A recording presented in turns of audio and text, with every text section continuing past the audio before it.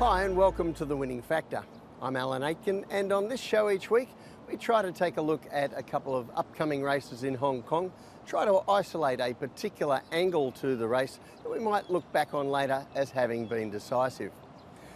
Well, on Saturday at Sha Tin, it's Hong Kong Macau Trophy Day, and that's the one day a year when the Macau horses come over and try to take on the Hong Kong gallopers. And over time, the balance of power has definitely been with the Hong Kong horses, so good luck to the Macau horses coming over to beat a pretty decent team this year.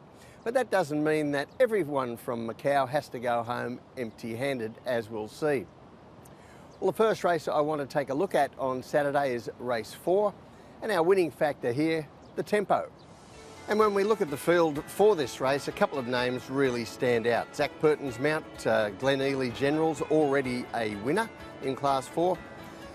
And the first starter who's trialled quite well, Speedy Missile, he looks a chance.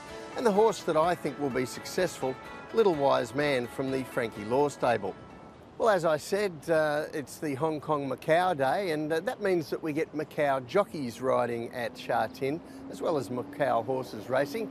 And 12 months ago on this day, trainer Frankie Law put his brother-in-law, a Macau jockey called Peter Ho, on a winner, Voyage King, and I think he's going to do it again this year. Now, the horse in question is Little Wise Man, and if we go back to race 490 of this season, we see the horse in a race at Happy Valley. There's a very strong pace here, as you can see from our heat map, and the strong pace enabled horses to run on in the race.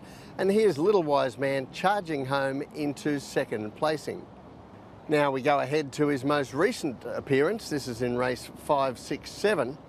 And the pace wasn't quite the same here that Little Wise Man stepped out at Happy Valley. This time the speed was very slow in the middle stages, and as a result he was running on again at the finish, but he wasn't able to give a start to Precious Sweetie and outrun him down the final 400 metres. So one race was fast, the other race too slow, but I think Saturday's race is the Goldilocks solution, just right.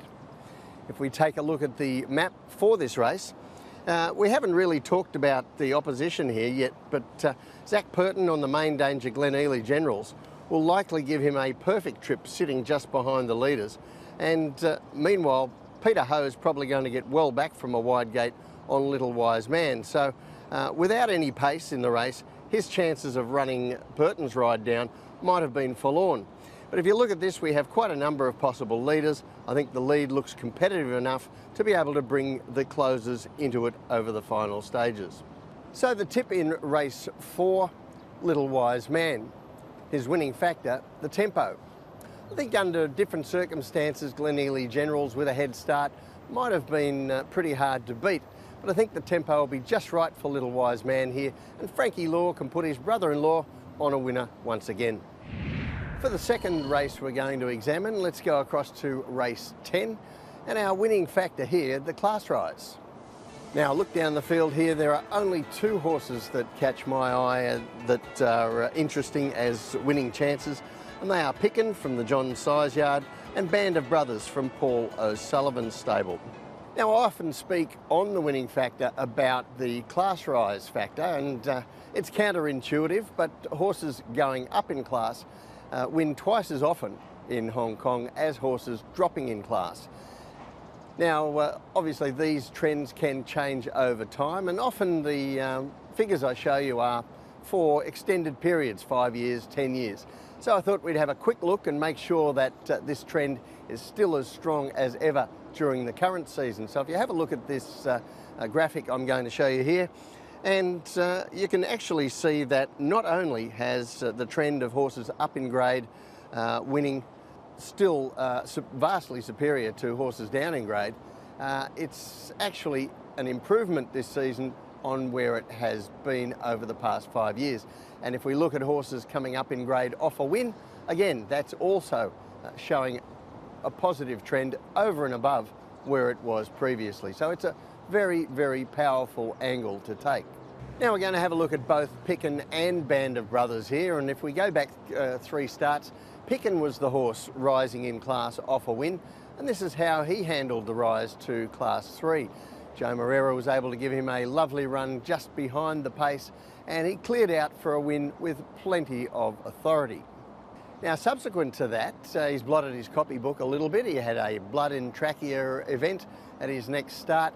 Then he didn't race for 2 months, and he was caught wide at his next race before finishing out of the placings. In the meantime, Band of Brothers has been putting his record together with back-to-back wins in Class 4. We're going to have a look at his latest win. And if we go to race 595, this was more workmanlike than impressive, I guess, from Band of Brothers. He sits off the pace and grinds away too strongly for his rivals here. But keep in mind, he carried 133 pounds in the saddle here and drops to 121 on Saturday, but crucially, he keeps Zach Purton. Now, if we look at the map, Picken actually looks to get the kind of run here that he enjoyed in that win that we saw. He'll be up ahead of Band of Brothers, I expect, and going clear in the straight. And then it will be up to Band of Brothers to run him down with the aid of a little weight difference between the two.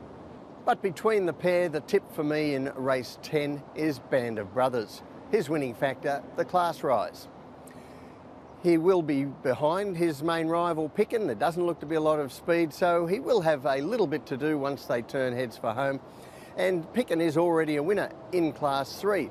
But as we've seen from the figures and over time, the record of these horses rising in grade into Class 3 is very good. They seem to handle it with aplomb, and that's going to make the winning difference. Well, that's it from the winning factor this week. Good luck on Saturday. We'll see you next time.